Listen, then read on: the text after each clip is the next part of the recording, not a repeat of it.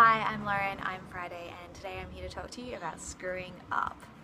10% luck, 20% skill, 15% concentrated power of will, 5% pleasure, 50% pain, and 100% reason to remember the name. Yeah, I'm a really careful kind of person, and that carries through to my work. I've always been a super nerd. I'm always like to pride myself on going the extra mile and really trying hard to get something done and get it done right. But I have to confess, recently, in an awesome stroke of events, I've been super busy with my freelance editing work, which is great. I love freelance editing. I have some of the best clients. It's really fun. It's really awesome.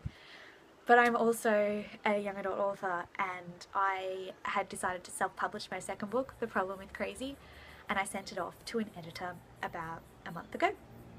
She sent it back today, and I was so excited to read it. That sucked. But what sucked even more was opening the book, reading it, going, oh, it's strange she commented on that. I really thought that was something I'd fixed. Scrolling to the end and realizing that I haven't sent her the right freaking draft. It's a completely different story. This was probably my third draft of that particular book.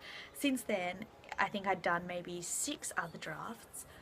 Characters have died. Characters are no longer married. People have disappeared. People who are supposed to be sick aren't sick. It's it's totally different. It's not even close to the same. And so right now it's 3 o'clock in the afternoon and I'm having a ginger beer because today sucks. A few months ago, and I restored all the files, but obviously what's happened is it's restored them all to a certain date. So instead of restoring the file, and when I sent her the file, I sent her the newest version of the file, but it wasn't the newest version of the file, it was the restored version of the file, and because I had the actual version on a USB, the date was older than the restored version, if that makes any sense. Point is, I'm an idiot. I should have checked. I shouldn't have just gone, it's the newest. I should have opened it up, read it, made sure it was. Instead, I have now wasted around $450, $500 on something that, I mean, maybe I can use something out of it, but I'm certainly not going to be able to use enough. And as a writer, $450 is kind of a big deal when it comes to your profit loss statement anyway. It made me realize that I need to prioritize. I love editing. It's so good, and it's fantastic that I get to do something that I love that gives me money. But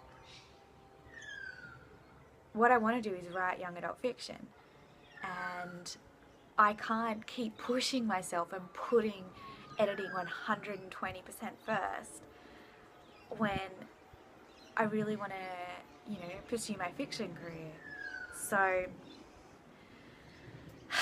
I went through my calendar after I emailed the editor of Crazy and asked her when her next available spot was. And I've blocked out some serious spots because I think you have to treat writing like a business. I'm treating everything else in my life like a business. I'm treating my editing like a business because it is. I treat my freelance magazine work as a business because that's a business too. And by not treating writing like a business, how can I ever hope to make it one? So yeah, as of today, Friday, November the 15th, you are looking at Lauren McKellar, editor and author. Because now I'm going to make sure it gets its time too.